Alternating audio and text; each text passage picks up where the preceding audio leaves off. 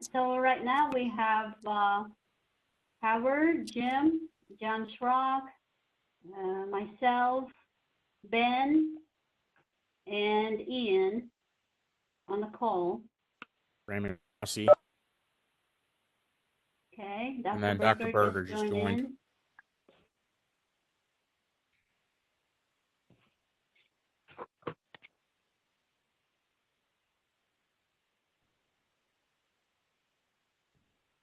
I think we can go ahead and get started. So welcome everyone. We can start the meeting for November 12, 2020 ExCom meeting.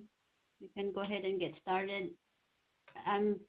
Seems like pretty much everybody know everybody at this point, so I don't think we need to take the time to introduce everybody, unless everyone wants to say hi or have something special to share. But other than that, we can get started with the October minutes.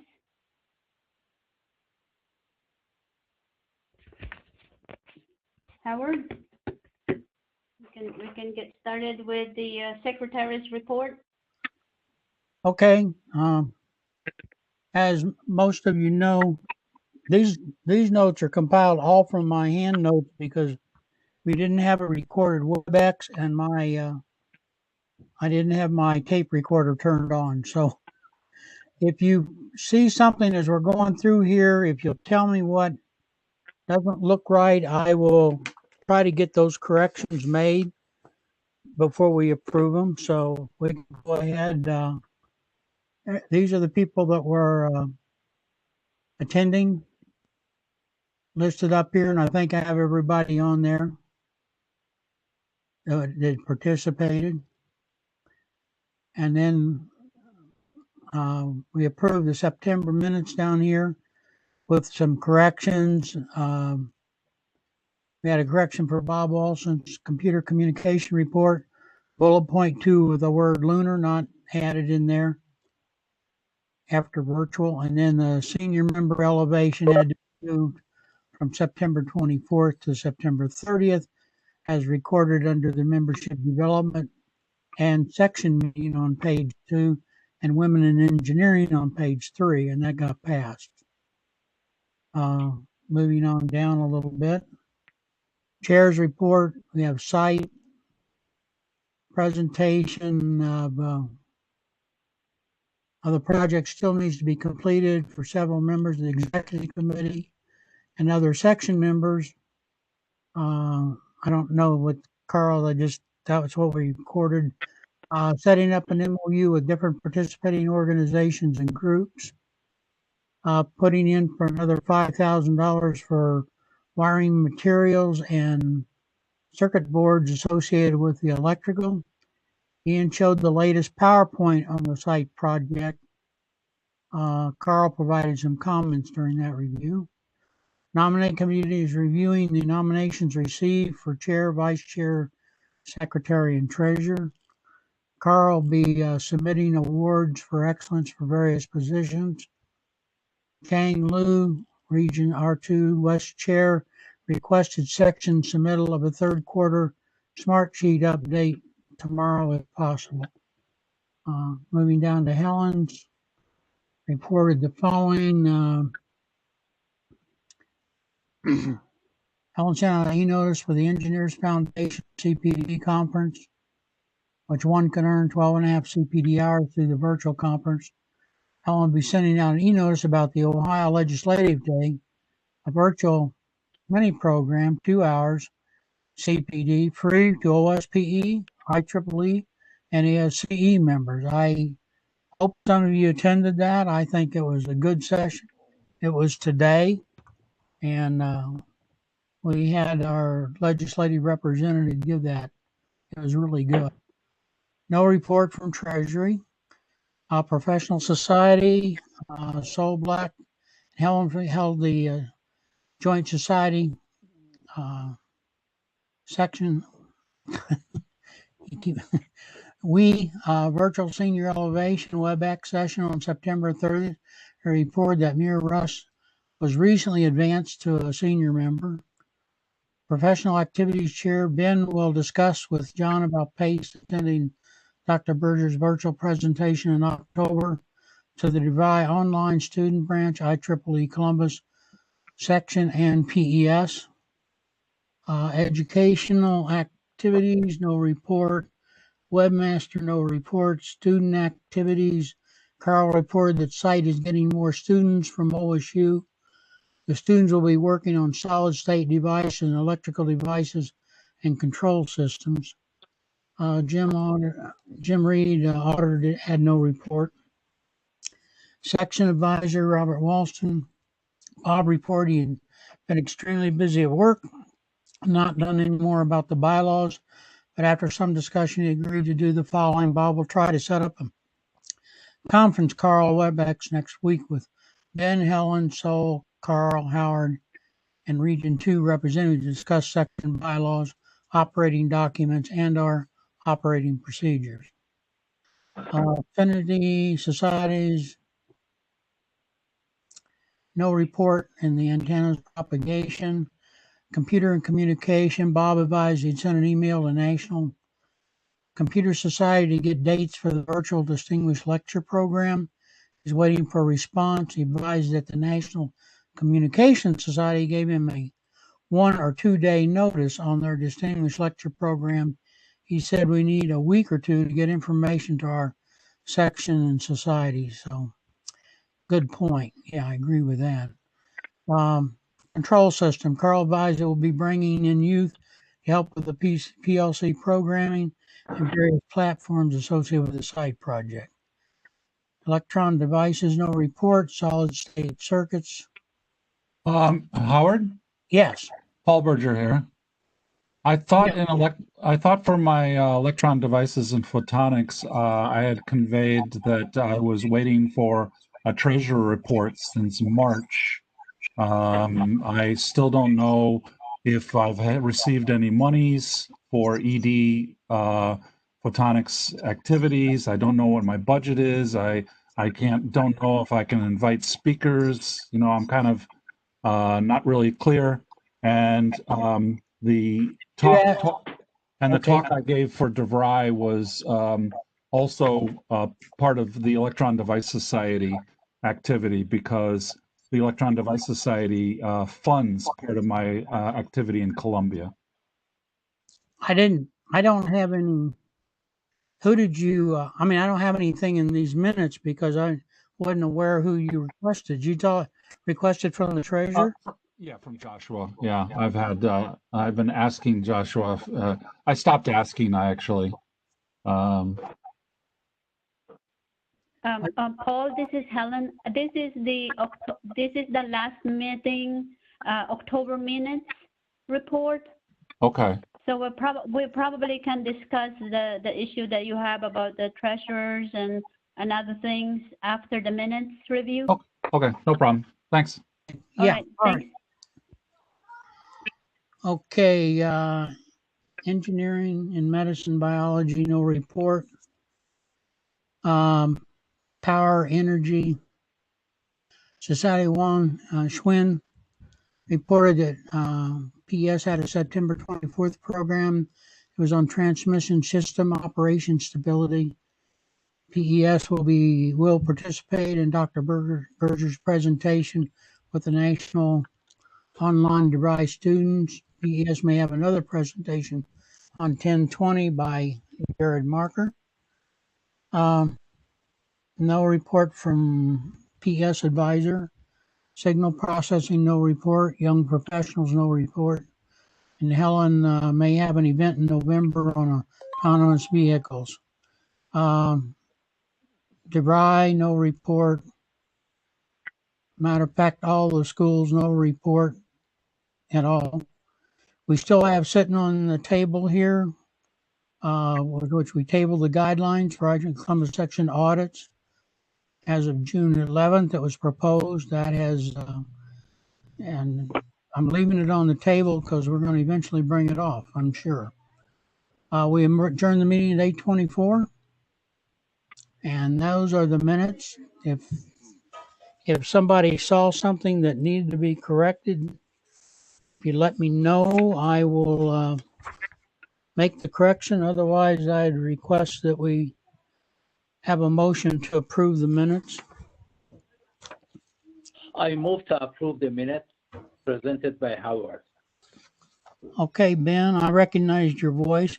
Hey, I would appreciate when because of the virtual, I would appreciate the people just give me their name so I can make sure I got the right name tied to it. Okay, thank you.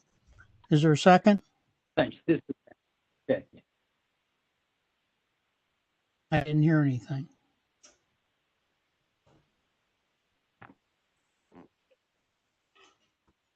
This Is is there a Helen, I second? second. Okay, Helen, thank you. Okay. Thank you very much. We got that So- done now. Okay. All right, so October minutes is read and approve.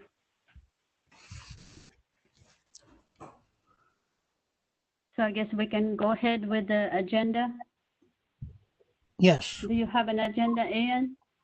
We'll just have to follow this today because I don't have a blank agenda file.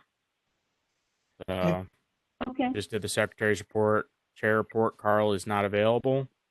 Right. We'll have to move on to the vice chair with Helen. Okay. All right, I'm just looking at the attendee. We got a few people well, one person that at least knew, Arlette. Welcome to our meeting. Would you like to say hi to the group?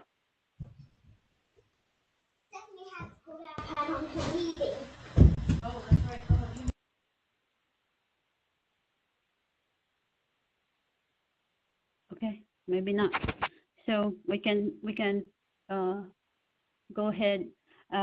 Today we had the Ohio Engineers Legislative Day. It was a 2-hour session with that was hosted by Ohio Society of Professional Engineers. I think, as Howard mentioned, it was a great opportunity to actually learn about what is being voted on in our legislation. And we were actually able to hear from 3 of the current Ohio senator, and one person is new to the Senate.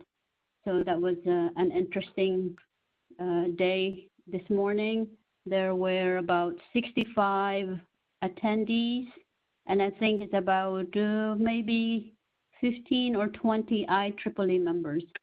So the primary focus of that event is to make us aware that we need to get involved with the legislation and actually get a good relationship with our representatives so we can properly advocate with respect to our profession.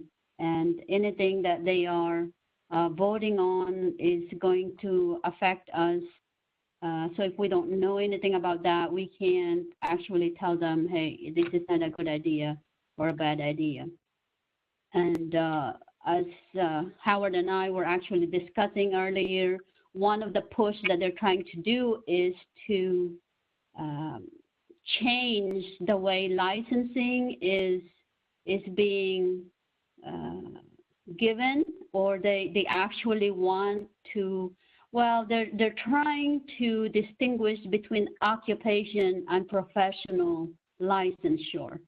So some of the occupation is, the legislation is trying to water down requirements for people to get certified, or, you know, educations versus skills or other things. And their goal is to actually shorten or actually reduce the amount of requirements for some of these licensure by 30%. So that it sounds good for allowing people to do certain positions, certain jobs, but you don't want to be removing some of those requirements that's going to end up allowing people that are not qualified to do the job. So that's going to affect a lot of these licensure in the future. And I think the legislative group of the OSPE is very involved in making sure we have a representation in the legislation when it comes to licensing. Okay. We have one event this coming December 5th. We had set up a visit to the site project, and I think that's a good idea for the section. Since this is the end of the year, we can't really do any kind of, you know, banquets or something, but at least site visit. We can still be outside. We don't have to be confined in a specific location. So make sure that I'm pretty sure the e-notice went out. I saw one, and there's supposed to be another reminder coming up. Make sure you sign up, send me an email or Carl's, because we're going to be doing like a box lunches for that. So make sure you sign up. And another thing that I would like to encourage everyone is make sure that you did your vote for the section officers for 2021-22. And yesterday when I checked the number of the percentage of vote, it was pretty low. So I'll probably going to send another notification, or you're allowed to send 3 notices with the veto e-voting. So I just encourage everybody to participate on the voting. And also, I believe we have it set up to end on November 15th. So maybe I can ask the committee, what's your opinion on extending it to the end of the month, just to get more participation. I would like to entertain a motion and see if you guys would be okay to extend it to the end of the month. I would accept that. Okay. Motion to extend to the end of the month. The only problem I see with that is technically we should have a budget as of the beginning of December for next year. Josh? Is this Civiello? Can you hear me? Yep. Yeah. All right. So we have been behind on the budget. We should have a budget going into the next year. And that's always taken us a little while. And I would like to have the new, I guess it's going to be It's most likely going to be Daniel? Daniel or a write-in. Daniel. I don't think there's anything. He's running unopposed, isn't he? Yeah, he's unopposed. Yeah. It's him or write-ins, and I doubt we have any write-ins. I haven't been able to see it, and that was something I wanted to ask Helen about. Is there a way you can have the voting committee actually have access to see to check these votes? Well, okay. So if we can't extend it, what also in my agenda is I need we're supposed to have a tellers committee. So I'm proposing for the nominating committee to also be the tellers committee. So I would like to ask for the ExCom or the members to what their opinion on allowing Ian, Ben, and John Golsey to also serve as the tellers committee. Just out of curiosity, any comments on that?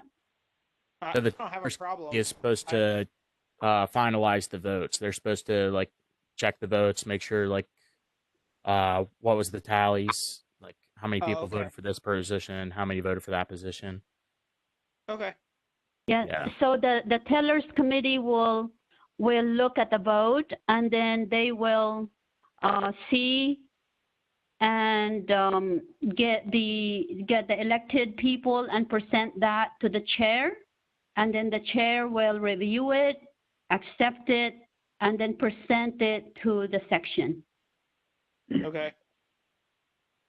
So these guys can get the numbers, and then they can send that to Carl, and then Carl will have to communicate the result to the section. Mm-hmm. So anybody opposed to that? No, Helen, I agree with that.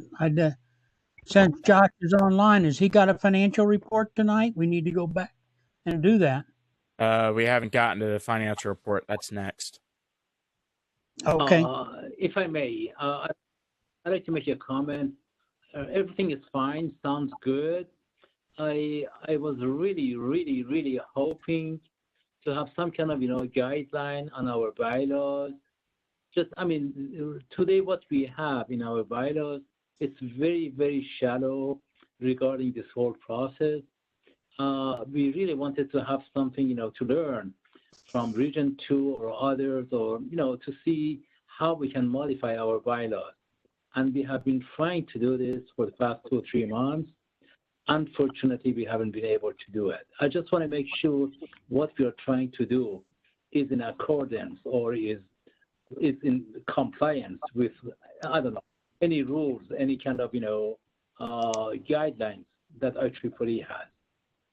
So, we always can follow what we have, as I mentioned, on our bylaws, which is, just there is a one line, go ahead and count it and report it to the section chair, which is fine. But I was wondering, if there is anything else that we need to do during this whole process. But unfortunately, there's no time, and I don't think, the meeting that, the minutes specified, we should have some kind of conference call, discussions with the Region 2, Bob Wallstone, as well as the committee. Hasn't happened yet. But again, this is just a comment. Please, I just wanted to bring it to your attention as a comment and not complaining, just something for all of us to remember. We need to modify our bylaws as soon as we can. All of us, whoever is involved, including myself. So really, we are dependent, on Bob Wallstone's guidelines. He is the head of this committee. Thank you. Ben, I agree. We need to do that. So go ahead, Howard. Yeah, Howard just muted himself. Yeah, I just I think we need to do that, and I'm sorry that Bob hasn't been able to get that set up. I still think we need to move forward with that and meet with Region 2. I was hopeful that Bob would be on today, but he's not. So I agree with you. We need to get. But again, but Howard, yeah, but what Helen suggested, I cannot support it because I would be possibly a member of the counting committee. But again, sounds good. The extension sounds good until the end of the month, and I hope we would have enough time to count and report it to the ExCom before in December, I guess, right? We will have another meeting, right, in December, hopefully.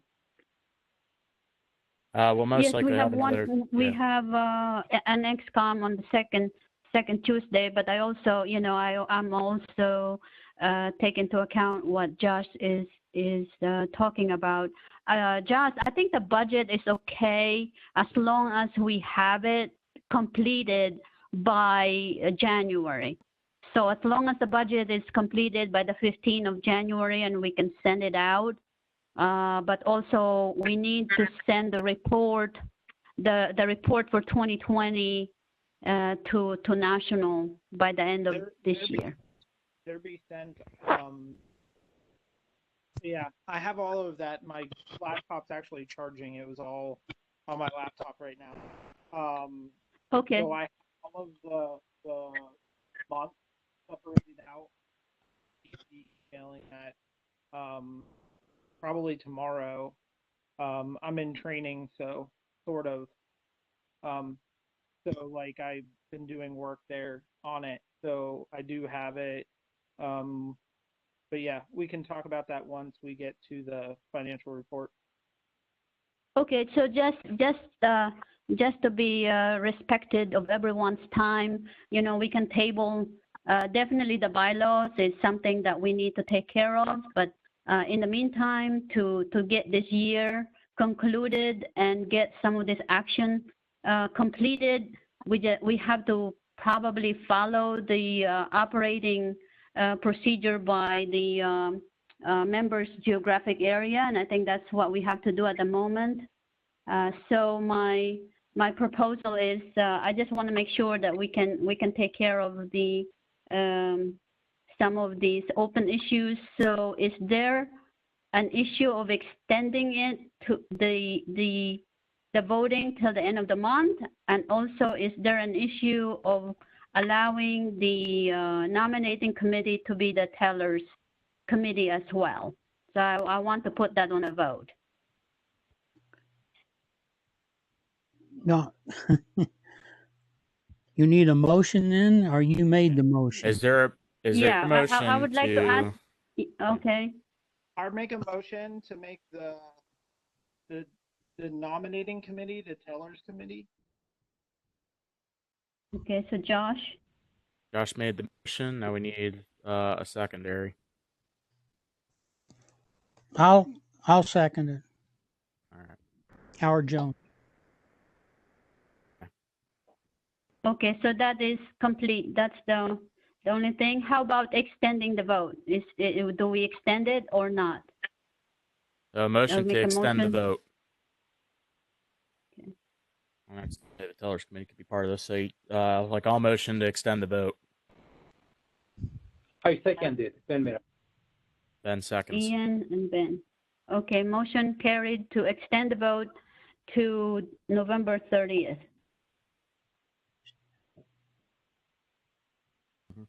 Okay, thank you very much. That's all I have. All right, so we'll move on to the treasurer's report then, Josh. And Ian, if I may, Helen, it would be great, if I may ask you to remind everyone to, of course, themselves for sure to vote, as well as to encourage, their friends, their colleagues, to vote as well too. The colleagues who are the member of IEEE Columbus section, period. All right, so that would be great, so we get, more votes.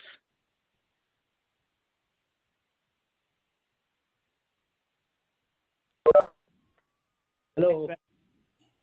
Yeah. Can you hear me? Who do we got calling in right now here? I just called back in. I accidentally closed myself. All right, so that's Helen. Okay, so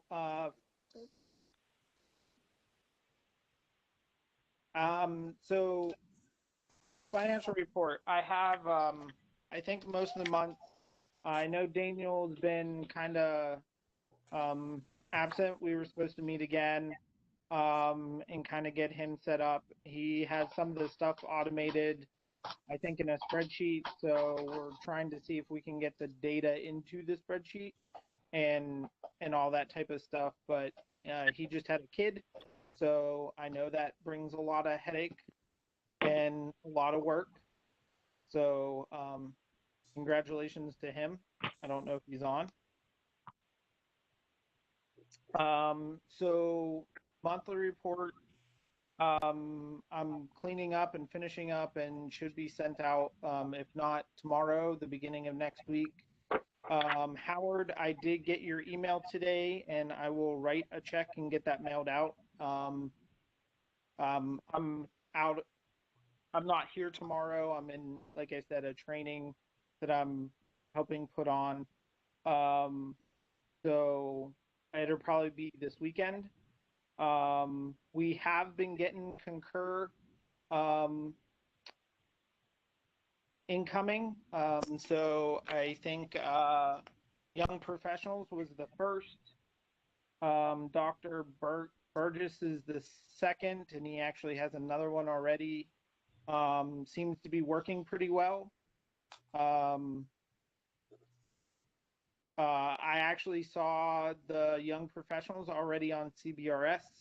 So like that's where it gets reported to, which is good because that's what we are going to get the data for the spreadsheet that Daniel will have.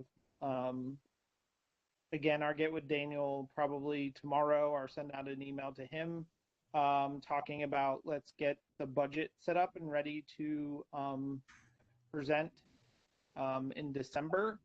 I think our actual bylaws talk about it being done before the beginning of the year, but we can always vote to extend that out.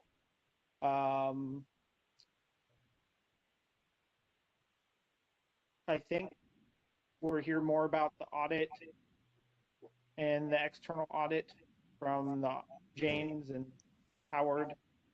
But like I said, I think that's going to be wrapping up soon. Is there anything else? Yeah, Joshua, Paul Berger here. Yeah. You were correct about needing a receipt for that transaction. So I worked with the entities in Colombia and helped them create a receipt, and then they signed it, and I uploaded that, and so that is resubmitted as a concur report. Okay, so that's not the second one. That was the resubmission. Okay, good to know.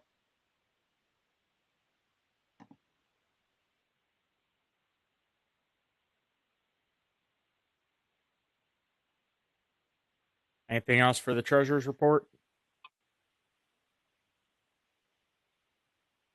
Dr. Berger, do you also need to ask a balance statement for EDS? Yeah, I think Joshua knows my pending request of kind of trying to find out the EDS photonics budget and make sure that's not entangled with the monies flowing through that account for this Columbia humanitarian project. They're distinct and separate, but I kind of only have one banking account number to push that money through. Yeah, that's correct. It's actually one account. It's all of Columbus. So all of the sub societies have it within the normal one, and we just break that out into different really spreadsheets, kind of like our little envelope. So I didn't put the way I'm tracking it. I did not put the 10,000 in EDS, and I just created another sheet to track that. I mean, it's been pretty easy. You've only had, it twice now, and you've had 3 draws on it, or 2 draws on it. The big one from the beginning of the year, and then this one. So. Yes, yeah. That sounds perfect. If it's a separate line item, and then I can keep them differentiated. Love that. Thank you. So our kind of formalize it, but I'm pretty sure EDS has close to, like, I want to say 5K in their account. I have to look at last year's because I didn't see what came in and what was for which society. I know that they're there. I just don't know which one goes to like antenna or EDS. So now I know how to find that out. Okay, I will great. go back and update that. So.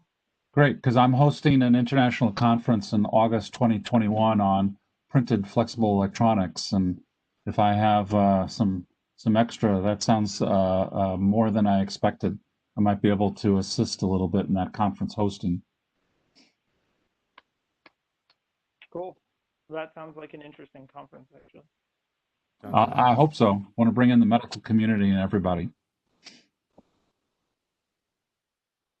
For the whole chapter, the whole section. Yes, you're all welcome. And this is going to be a preeminent international conference. I'm spearheading, helping spearhead for the Electron Device Society is part of my vice presidential role in the entire electron devices global electron device society. More printed flexible electronics. I'm trying to launch a journal.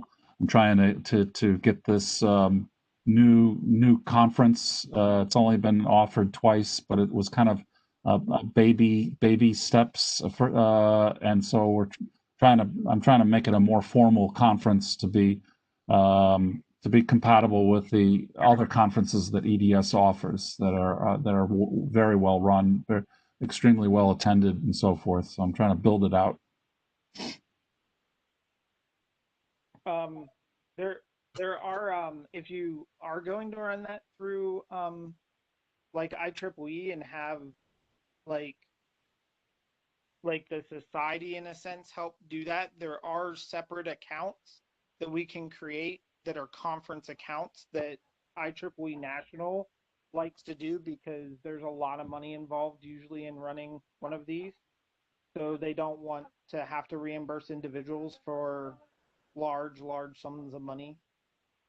They'd rather it flow right through its own account.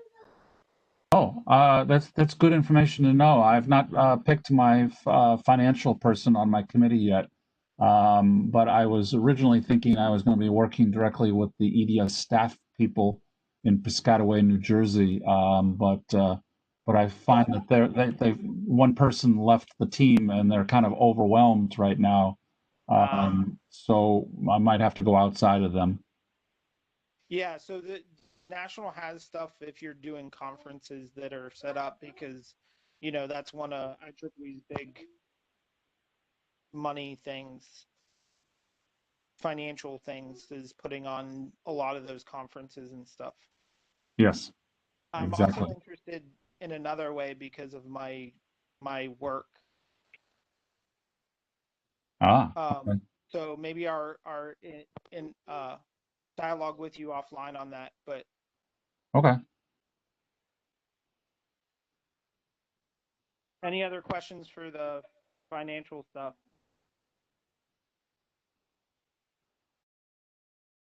So Howard, I had a question for you. I don't have the email, but it sounds like that's the first installment.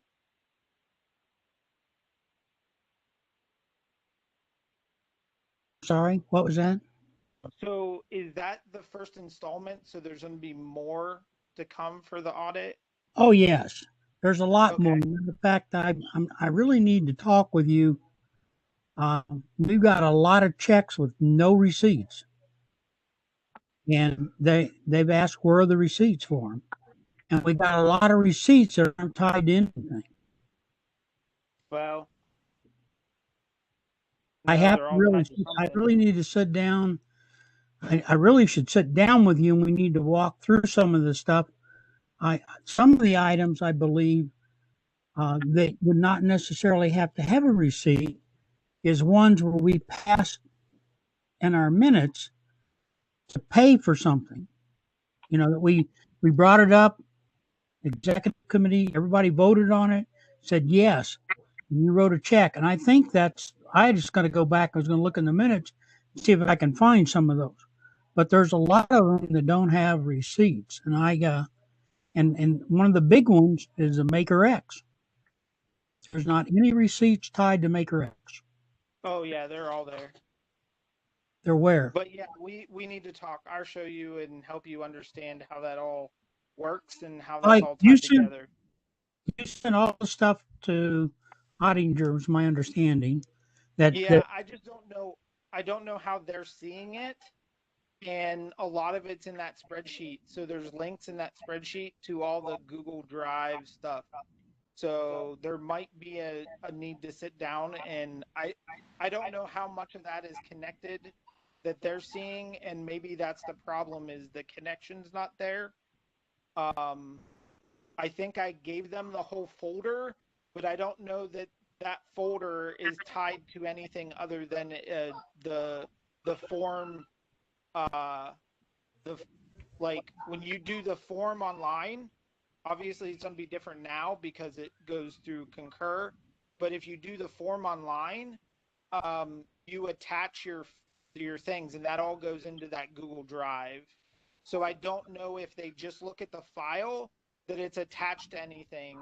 It might mean that they have to kind of connect the checks with the instances. So Okay. Well, we need to do that. And there's also checks that are written that don't match the receipt totals. So, and they got the receipt totals tied to the check as best they can, and they don't match necessarily. They're off. okay. Yeah, I mean, some of the receipt totals is because I just put I more than don't one instance I don't totally in. understand. It's been difficult, Josh, because we haven't had reports all each month like we should, showing in and out where we are. And I think right now with doing the audit from last year, that's what we're working on. Actually, 2018, I think the money that you got there is basically for looking at 2018. The rest of the money, and maybe even more, is looking at 2019. And they're talking to me how we want to do that, because if we're trying to tie everything back to net zero problems, we probably can't afford that. But we can do something maybe in between. I agree. We just need to talk about it. And they got delayed, and I was really sorry about that too. But they're back now, and they've actually sent stuff to me. And okay, where you want to go from here? And I started looking at it, and I'm not sure where to go, other than go back to the minutes where the ones from last year where we wrote checks to people, and I remembered we covered those in board meetings. So when we do it at a board meeting, it gets approved. As far as I'm concerned, that's the logic to it. Now I gave them the minutes, but they didn't know to go to look at those specific ones. So I'm going to help try to find those. But anyway, well, Yeah, I mean, I don't know that there's a lot of those. I know like E-Week is one of them. But yeah, even like week is if we one. approve That travel, how would you normally have issued the check without putting something down based on the minutes, or that I don't. There's a couple of them, two or three. I don't remember right now, but yeah, we no, do have a that lot is of correct. issues that are there that I can't answer, but I was going to try to find the ones specifically that I had to. Okay. Yeah, All everything should right. have a Okay, receipt guys, pretty much. Howard, Yes. can you and Josh work this out offline? And then we probably need to, if you need any help, I can help out going through some of those. I think I do have the concentration banking report from last year and a year ago. We can help go over it. Okay. Yeah, I think Helen, it if would I, be best to meet in person if we can do that, and we can sit down and I can explain everything of how that works.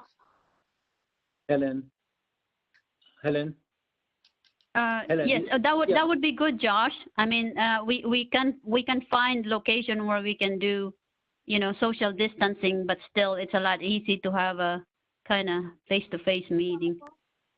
Yeah. Go ahead, Ben. yeah, if I may just very quickly, we don't know the results of the election. Danielle is one of the candidates, okay? If and only if, he would get the position, I really, really think, Josh and Danielle, if Danielle would be the person, should really sit together and go through some of these pending issues.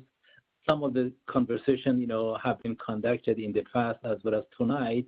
They really should be resolved. For example, tonight, Dr. Berger was on the phone. He's on the phone. He's in the meeting.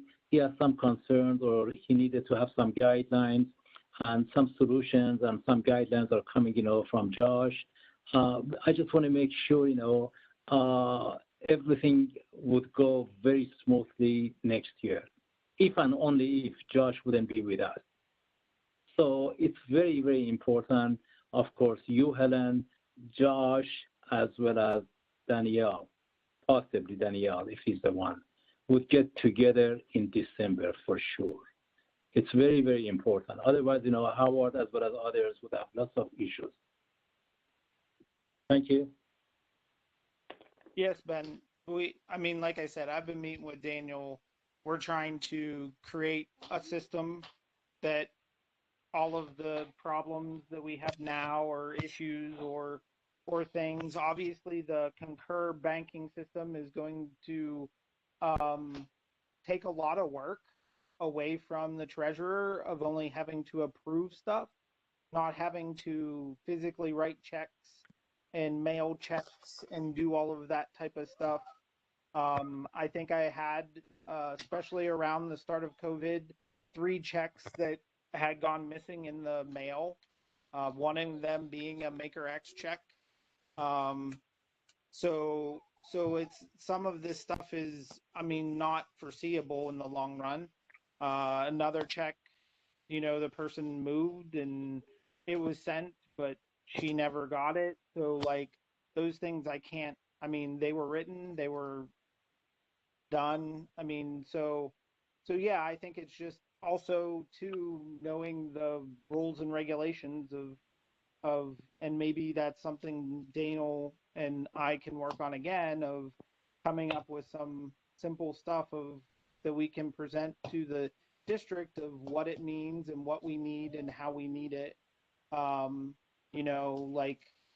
Like I thought I streamlined stuff with this form and being it all online and stuff like that. So it's all there.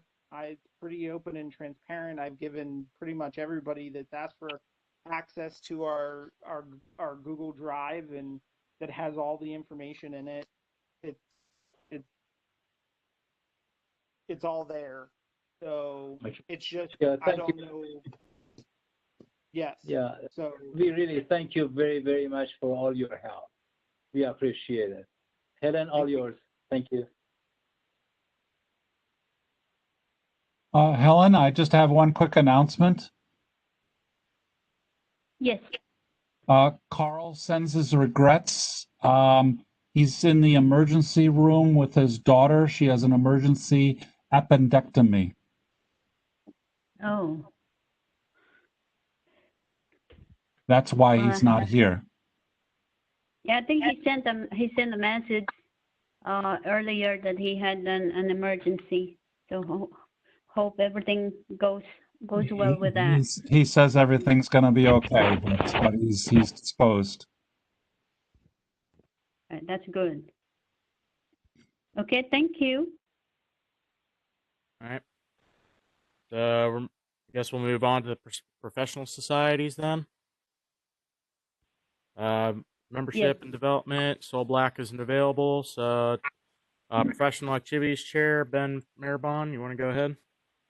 Yeah, I have a very brief report to give. On 22nd of October, Dr. Berger gave the Columbus section, the PACE committee, the PES, as well as the student branch, a very, very informative presentation entitled Humanitarian Engineering Outreach. It was very interesting, and everybody appreciated it added lots of value, benefits, and we learned a lot from his presentation. Definitely, we do appreciate his effort for coming and talking to us, as well as Dr. Goldsley for arranging, coordinating this effort. Thank you very much.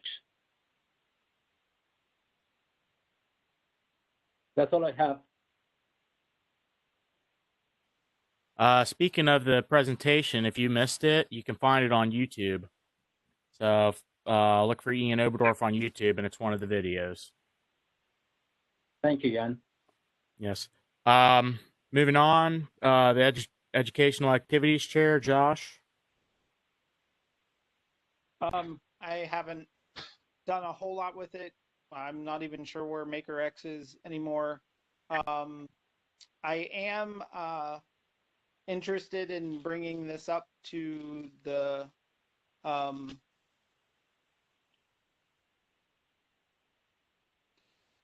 so like I don't know if we should talk about, Ian, I think we've talked about this, and I know Helen is interested.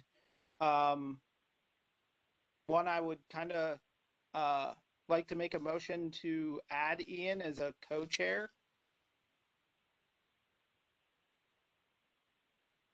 So you're making a motion to add myself as a co-chair. So Yeah. Josh makes the motion. Do we have any seconds?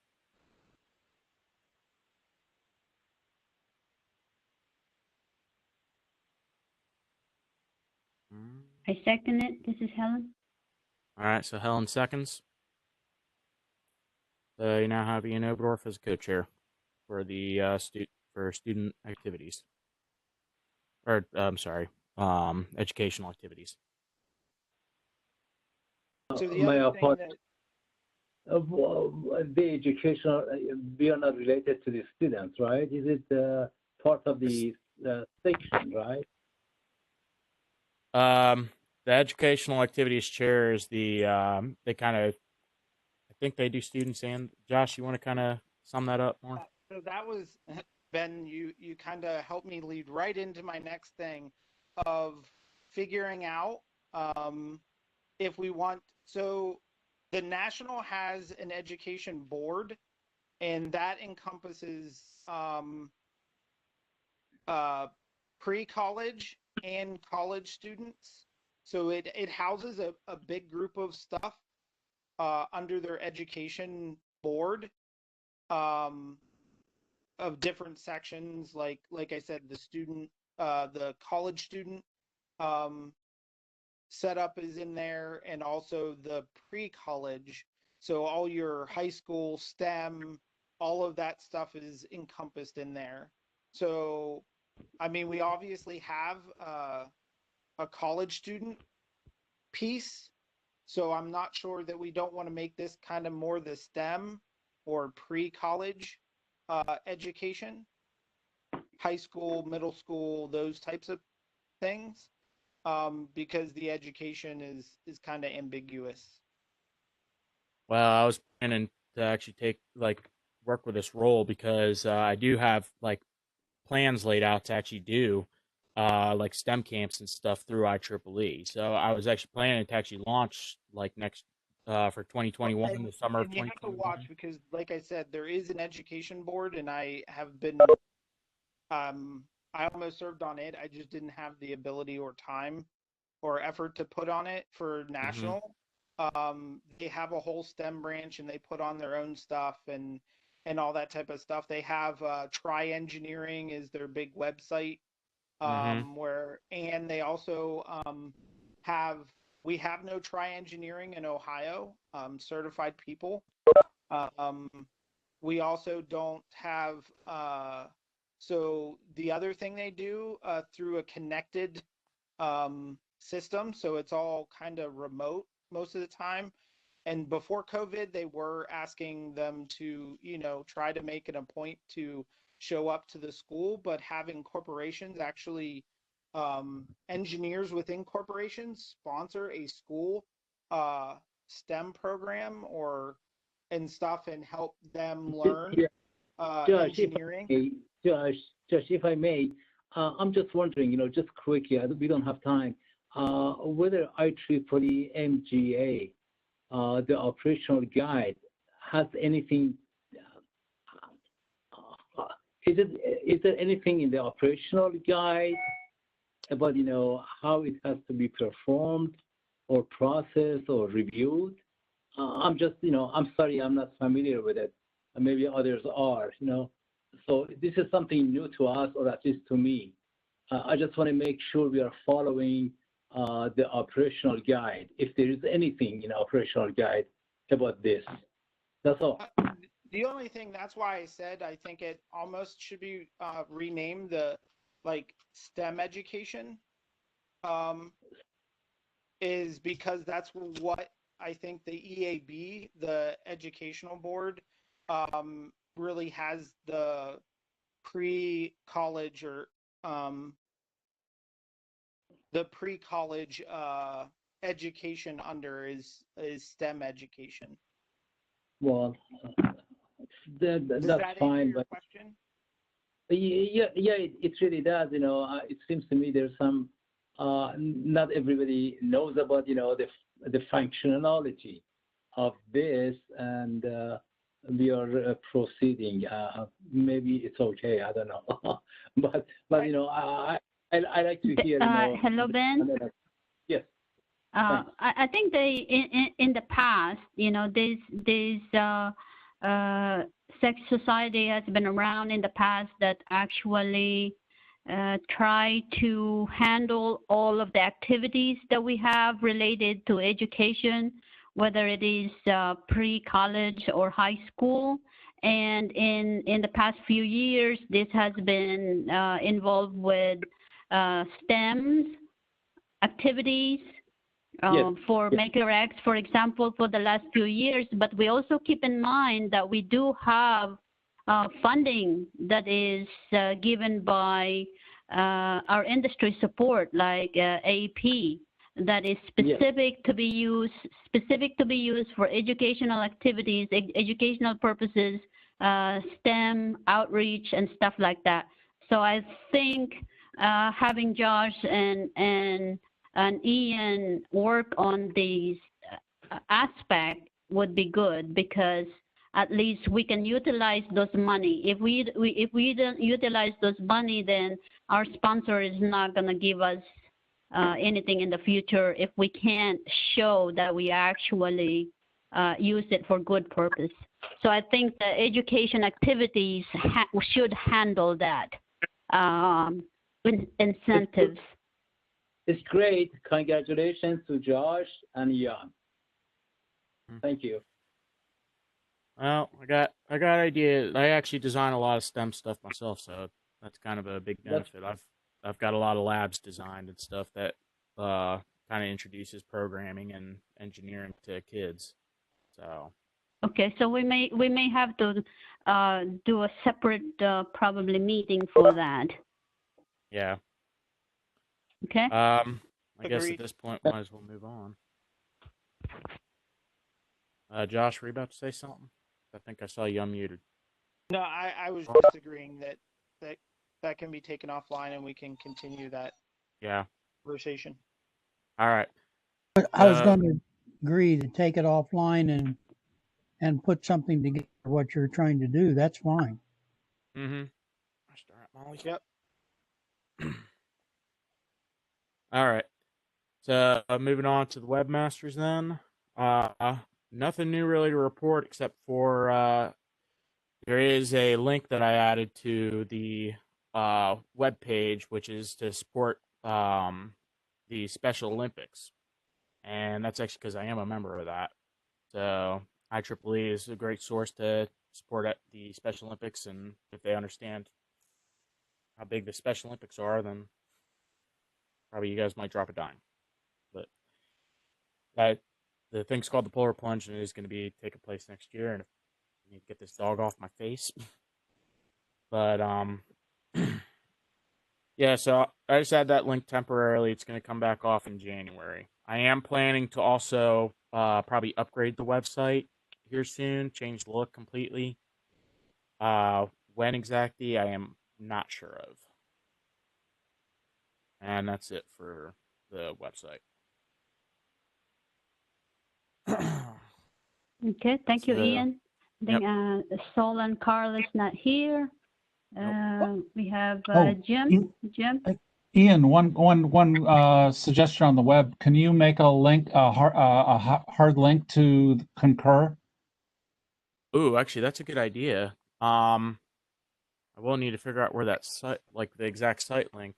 Josh, if you can, email me the site link that people need to go to. Yeah, I'm always searching for that, and if I just went to Columbus and boom, right there. Yeah. So, Josh, can you send me that link when possible so I can add that? What link is that? The link to the Concur so people can put their files in easier. I'll make a hard link on the website. No problem. All right.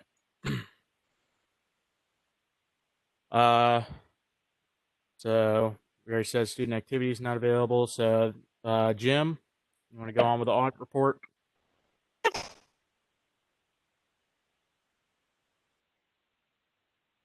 You sound like a chipmunk.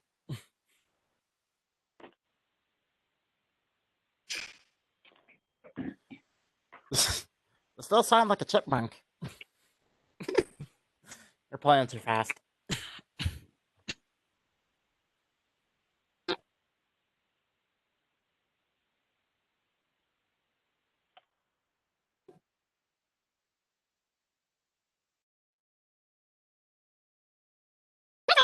Yeah.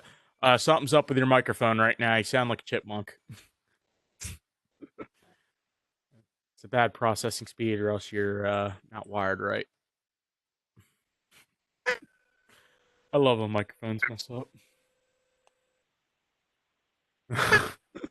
No. Just a quick note too, while he's trying to get that fixed. The Concur app that you can get on Android and iPhone or OS, Mac OS, Apple OS, does do some stuff that the base one, the website does not do. If you go to the website, they give you a code to register on the app. The app is really, really cool. You can actually take screenshots of your stuff right from your phone or tablet or whatever. So just wanted to throw that out there. All right. Jim, any luck with that microphone yet?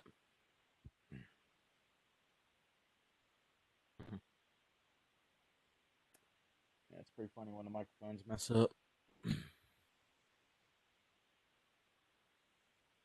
why I prefer to use a full-on computer system rather than a little cheap microphone device.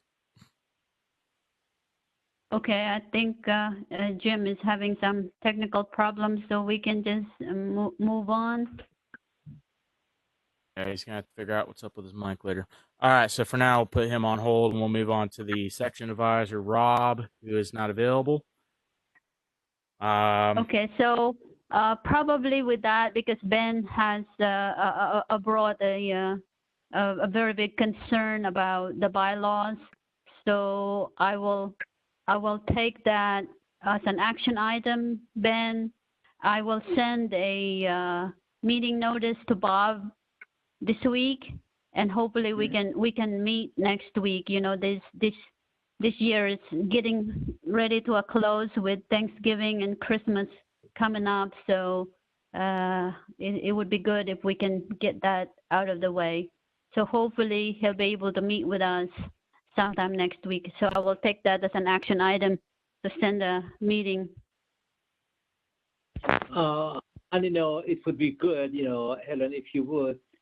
He was mentioning that he has already reviewed the bylaws from other sources, as well as, of course, Columbus section.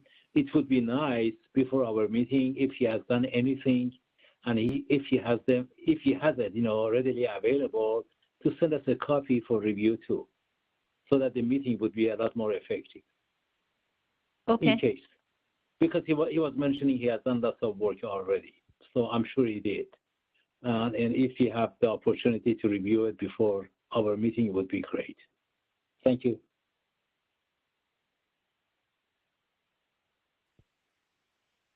All right, so good with that? Oh, that was Ben. Shall we move on to the next section of Affinity and Society? Or Affinity Societies? Yeah.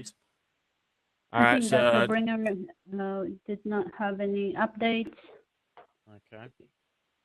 Computer and communications, I don't see Bob.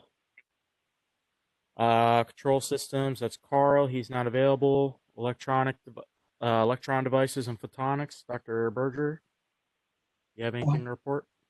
Yeah, the two things was, of course, the humanitarian engineering talk I just gave, which I sent a email to the IEEE help desk because I talked with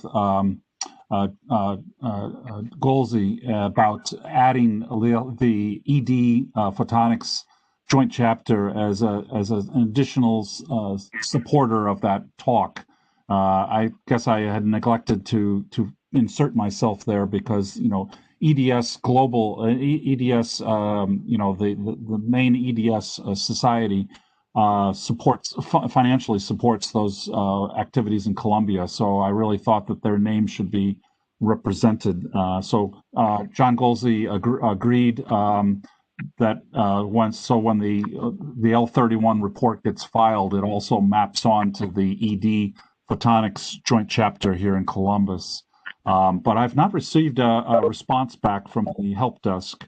And then the other is the conference that I'm organizing in August 2021 on this flexible printed electronics. I've actually already got IEEE headquarters to sanction a website for me, and I'm trying to determine my budget.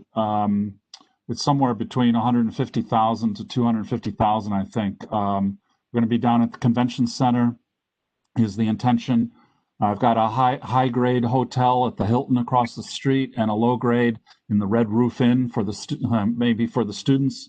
And unless it breaks the bank, we're going to do a banquet at the new Veterans Memorials down there. I don't know if any of you are quite aware the Veterans Memorial was demolished and a brand new building was a breathtakingly new structure was built there.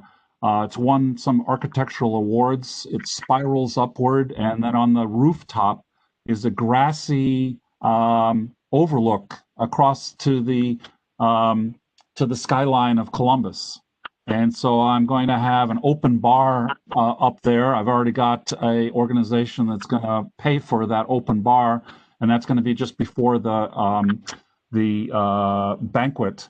But what I could be needing help for from you guys, especially some of these education and student activities, what I wanted to do is host the evening before. I want to do a joint poster session and K through 12 outreach held at COSI. So I would like to get high schools, junior high, and basically grades 8 to 12, I would think would probably map onto this, to possibly give presentations in the field of printed flexible electronics. And then we'll have a judging contest. So get some students excited, get them participating and mingling with some of the world's greatest scientists. That's a great idea. Honestly, we could probably come up with we could probably make like a separate web page on the website advertising this event. Like all I need is like what types of things are we looking for, and that'll be like the main page for guidance towards the competition. And then we can give that web page off to all the local high schools in the area. Like, yeah, I like that. Yeah, so yeah, and I can start reaching out to the high schools. That's my kind of connection, especially in Roundsburg, but I have connections in Dublin and all over the place with the Fab Labs and maker spaces that I've been involved with. So I have the school connection that we can start looking at STEM programs to come alongside this.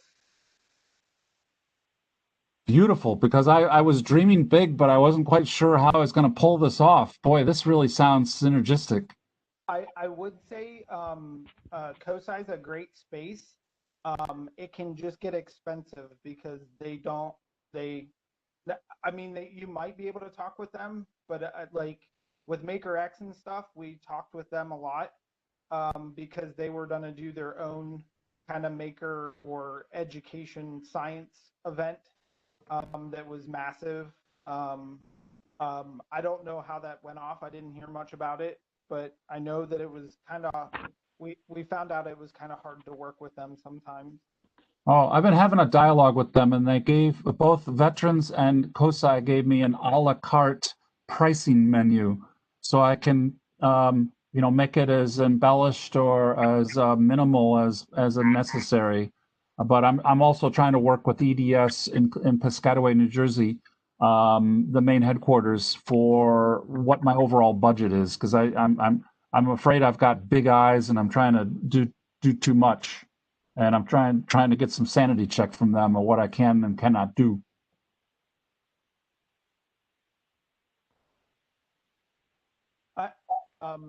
So yeah, that's cool. I can also reach out to the EAB in the STEM program for national too, if you're interested in bringing them along. But we can talk about that other time. Sure, sure. Yeah, I'm still trying to get my committee organized, my international committee organized, and finalize this website dimension, and then I basically have rolled out, and I can take a pause in the action and start to do the local planning again.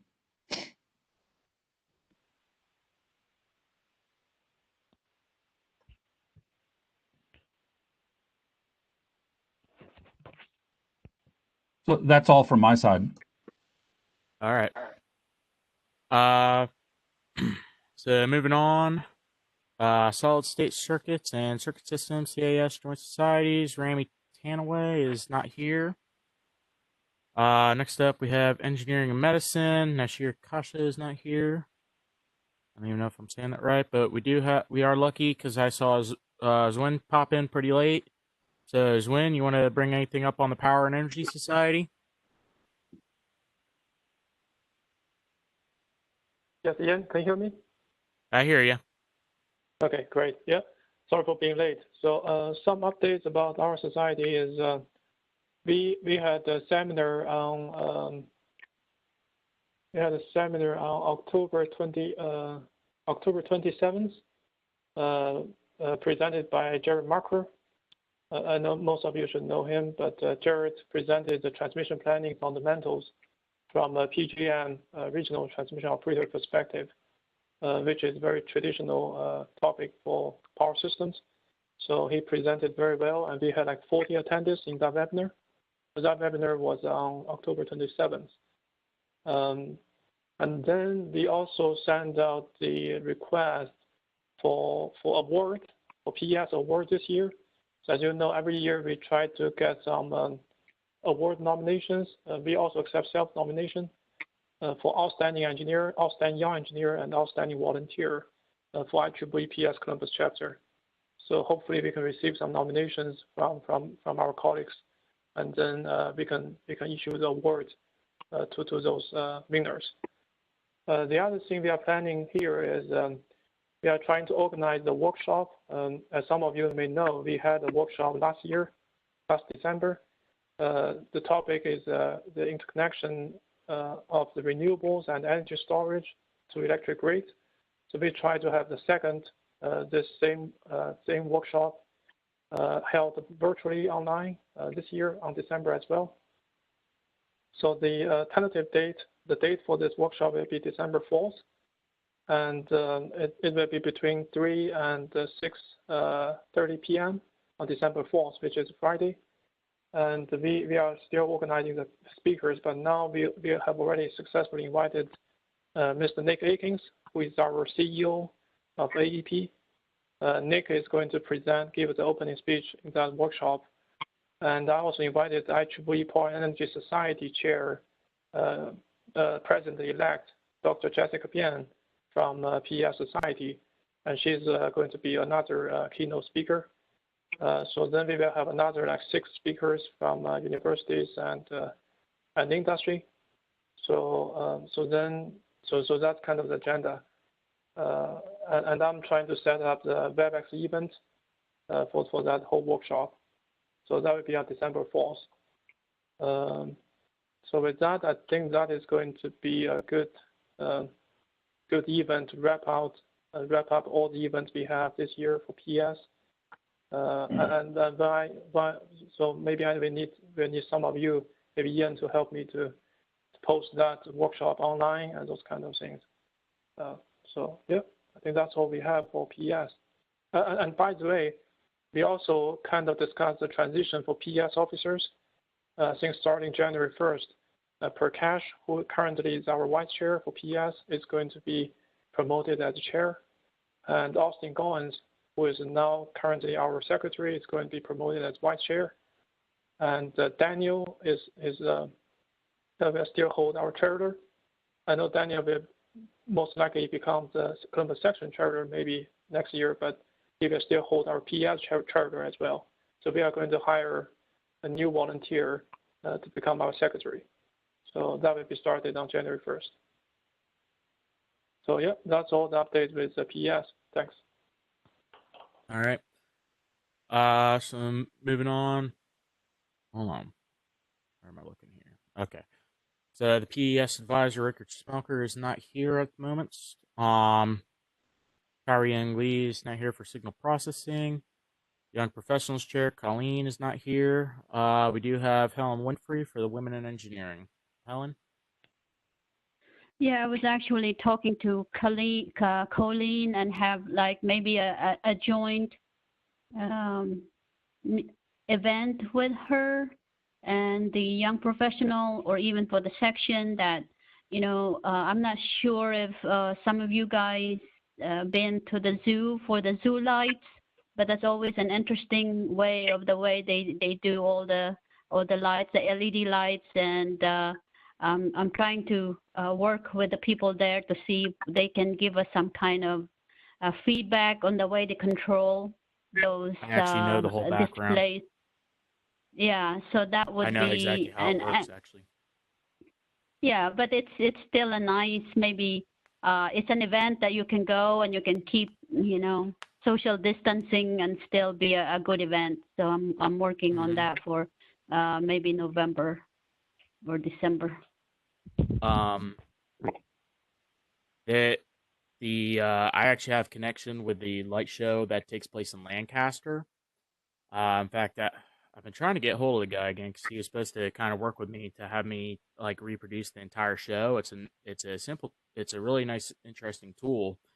The tools actually do cost about $800 for the boxes. Yeah, it's ridiculous. But the application itself is part of the licensure of getting the boxes.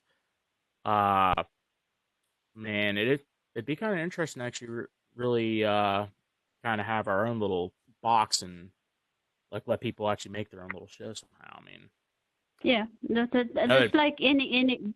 That's probably something that we have to do in the future next year as part of the STEM, and we can. Yeah, that'd actually be a great idea. A big STEM idea.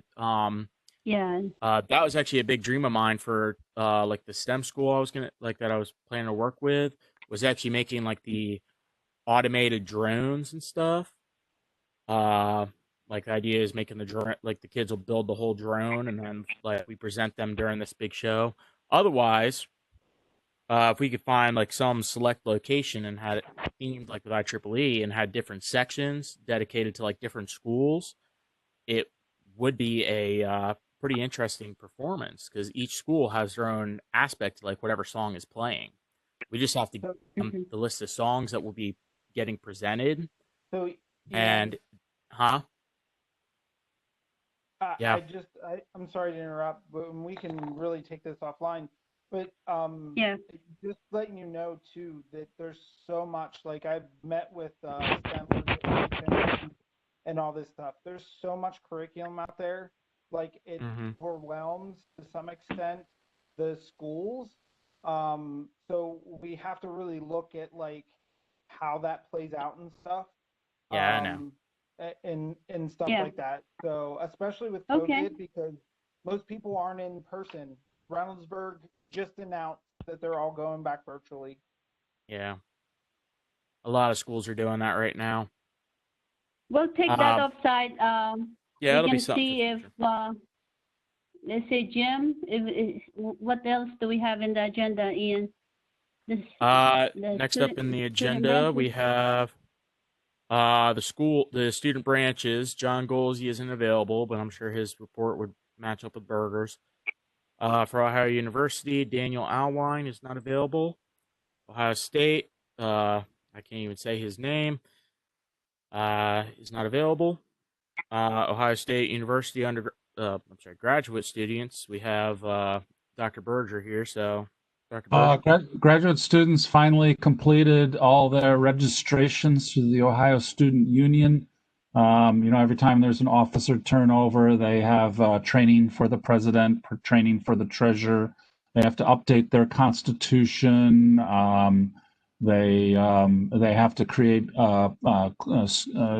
goals for the year and so forth. So I worked with them. So they're finalized. So now they just got approved.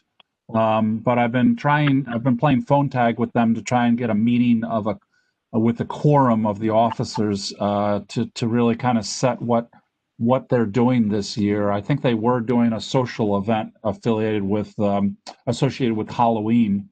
But I haven't seen too much traffic on their web page, so I'm not quite sure what's going on. But they owe me a meeting. They're overdue for a meeting with me.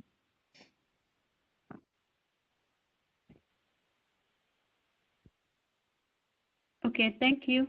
We have John. Oh, maybe Ellen, Helen, one final thing. One of the things I've been challenging them with is hosting a very large event. So the Ohio Student Union provides $2,000 to $3,000 if you hold a university-wide event.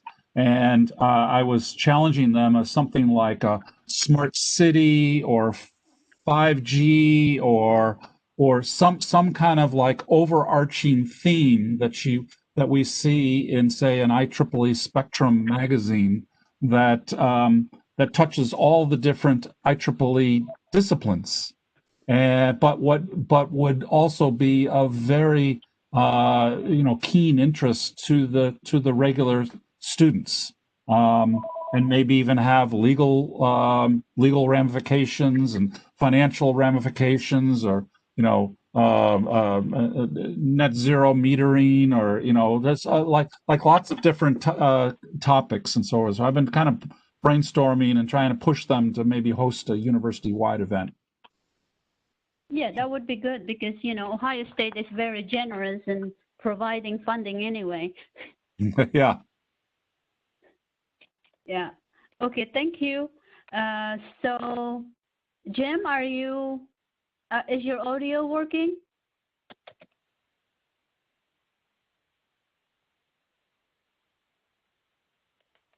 Hold on, let me unmute you. Yeah. He's unmuted. Talk. Go ahead and talk for me. Nope, you're not getting any audio, man. Jim, do you know how to call? Can you just take your phone out and call the number on the screen? Like, I got this number pulled up for you. Can you call that and then put that as your meeting number? Just use your phone to make the call. Maybe while Jim is doing that, John Schrock is in the meeting. Hi, John. Can you give us a brief update on the site project? Yeah, this is John Schrock. I apologize. I haven't been to a few meetings in the last few months. I had a baby girl back in August, so I've been a little busy. But congratulations. Thank you. It's been a lot of fun, but things are kind of calming down now. Carl's been taking the lead on the project management side. As you know, he oversaw getting the existing building demoed, so that's done. We're finalizing our memorandum of understanding between the three partners of the church, or Family Services Council, Cultivate, and Roots Up. That process is taking longer than I expected, but it's my first time going through it. And then once that's done, then we can start talking about some financial things to get things done, like the detailed design and footers in the ground, ordering shipping containers. And so we have that site visit, I believe, got pushed back to December 5th. Is that the right date, Helen? Yes, that's correct. Okay. Yeah, so that'll be good. And then what we're currently up against, which is not a huge barrier, but it's a time-consuming process, is we have to get a zoning variance on the property. So it's currently zoned as an R4 residential property. And what we need to do is convert it to an agriculture variance. And so we know the process. The people in the community that are part of the neighborhood commission board are in support, which always helps. And then the city of Columbus, we've been working with them. We sent them over a preliminary sketch, and had some questions, and then they responded with an email, and they gave me a more detailed list of what to do. And so now it's kind of the back and forth part of getting everything submitted. It's a very detailed process, and they're very particular to make sure everything's done right. But in general, we have the support. It's just the process may take 6 months to get that all signed off. So that's where we are right now. I'm sure that I'm forgetting some things, but that's generally where we are. Okay, great. Thank you. So, Jim? Jim made the call. He called in. Okay. In. Am I on? Yep, now we hear you. Do I sound like a duck or me? You sound more like you. You don't sound like your squeaking squirrel self. Oh, okay. Howard's online too. We're both part of the two-person audit team. Here's what I see that's been happening. I'll take you back to Chair Jeff in 2016. He filed the last audit with Region 2, and I never saw that till more recently. I was told it was a 2-year audit for 2016 and 17. So that left a gap of 2017 never being done. I joined in 2018 in August. We then, with Howard, we got the outside auditors to do 2018 and 19.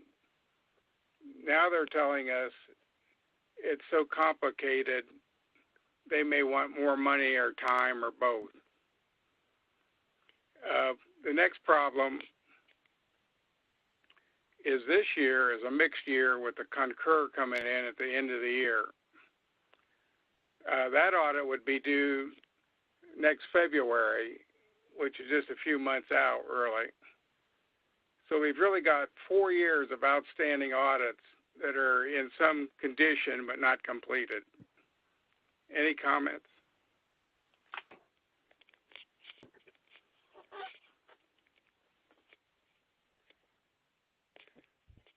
How about Howard?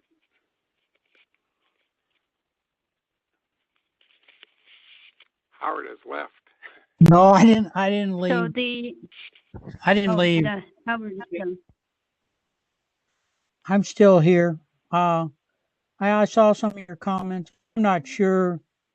I know that we're dealing with 2019 right now, and we've got a bunch of issues there that have to be resolved. And we talked earlier a little bit when Josh got on. He thinks we can address all these issues from stuff that he's got. I don't.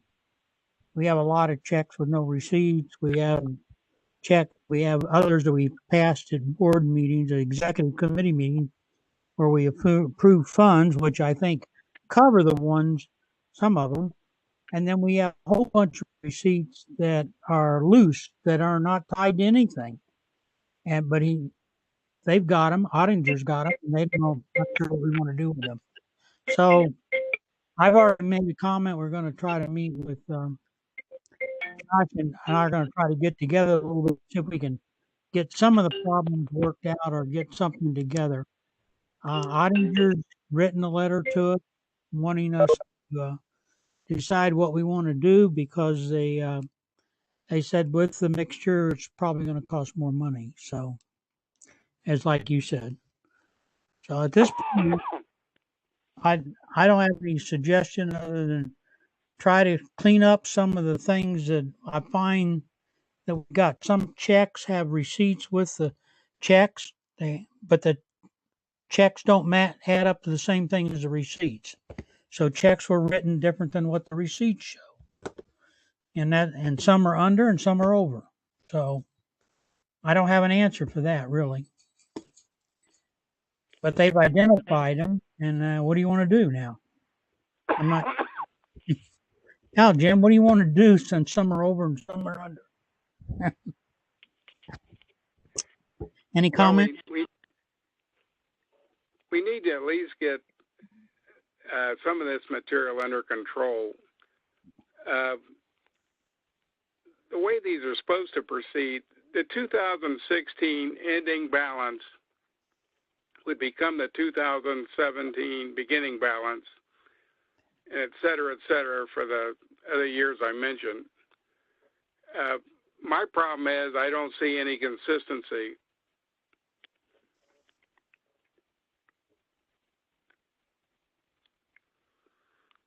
There's also differences between the concentration bank and the net sweep balances.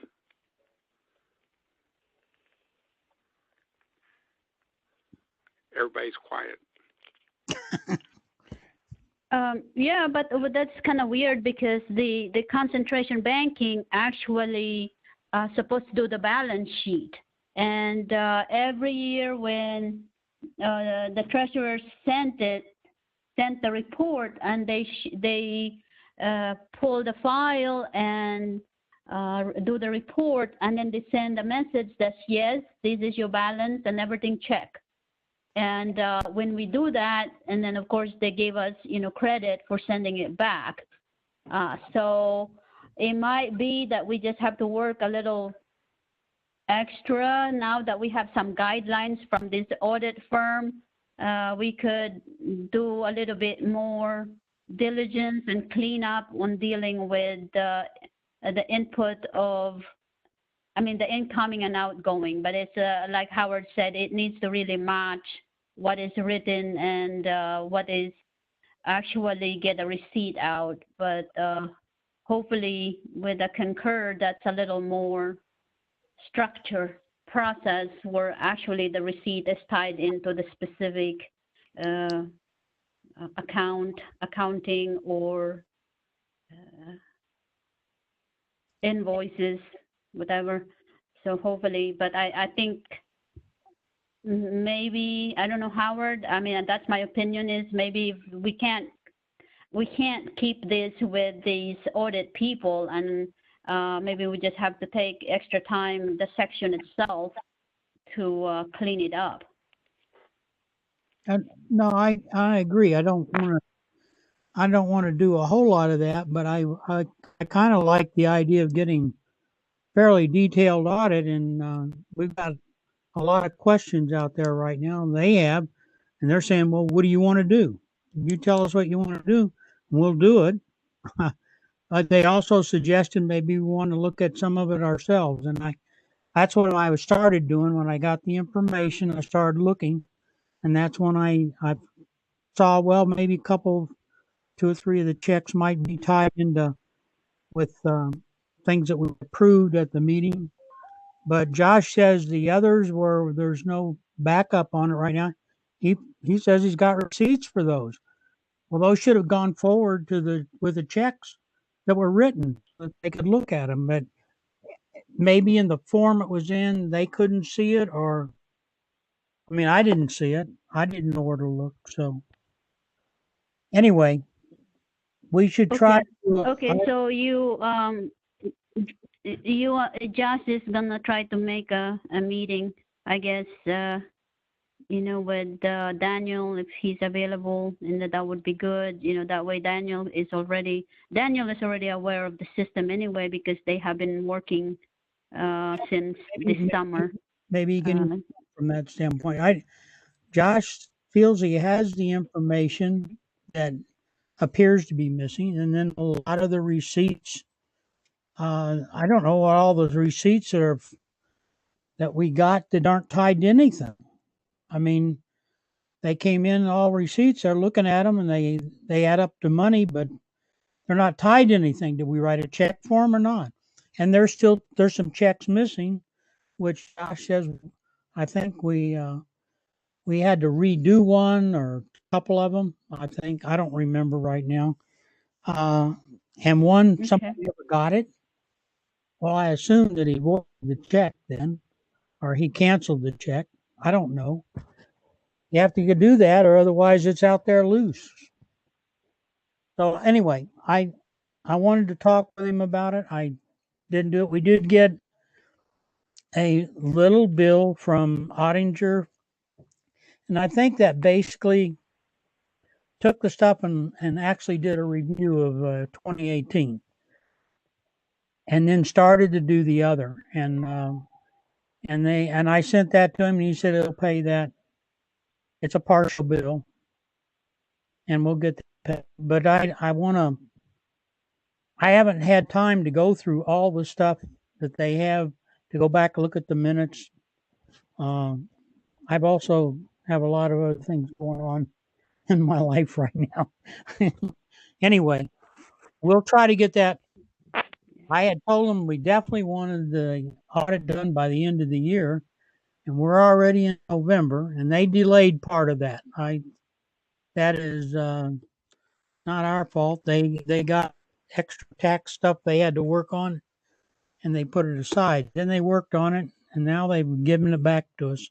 Right towards the end of October, I think, is when we got that information. So, and I've been trying to get some of it together, pull it out, and look at it. So, I'm still going to try to do some of that, and I'm still working on that.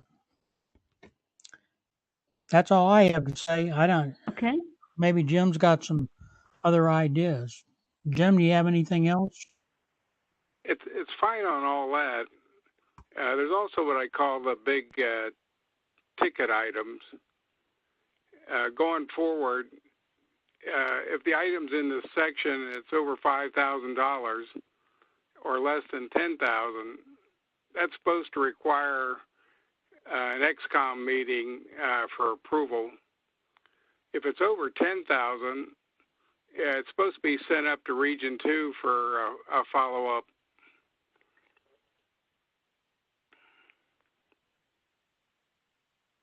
Anybody comment?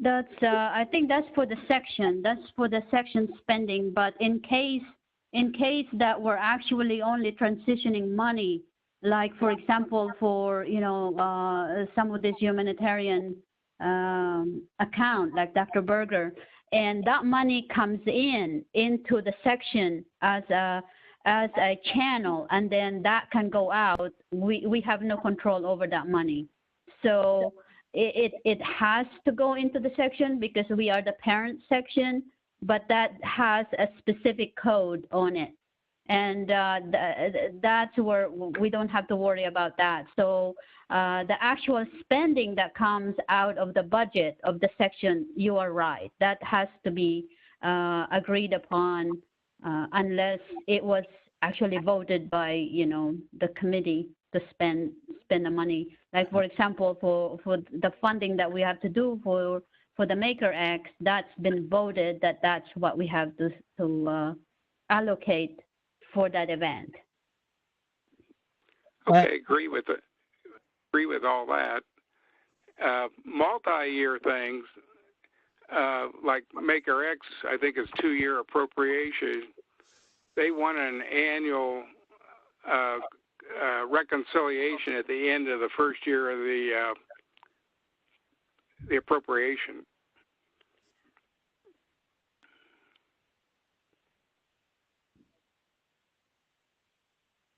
Okay. See, well, I think we'll probably, we'll probably over our time, so we need to table that discussion. I mean, we can talk about that all probably for hours. So we have to really meet with Josh before we do the turnover, so that way we have a smooth transition between him and Daniel, and we can take care of some of these issues, because we do have, it's a very messy when the last time we look at it, and we need to pass a budget by the 15th of January. So otherwise we're not going to get our reimbursement from national. So we'll try to take care of it the best we can to make sure moving forward we have to do it yearly audit, and the reporting process. I sure hope it's going to get better. So any other comments for the night? Yeah, Helen, just a quick comment. The item that's tabled from our minutes before, the guidelines for IEEE Columbus section audits, I think that we need to actually pass that in a future meeting, probably by December. We are in December.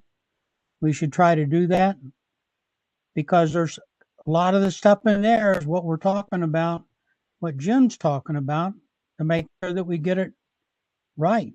I don't know. I'm just thinking that's some of the stuff we should have in there as our guide. So of course, the bylaws is another thing. So anyway, Yes. Yeah. by the way, I want to thank you for doing a good job at the meeting tonight. I think you've done an excellent job too. Well, we try to be a little more, with topics and stuff. So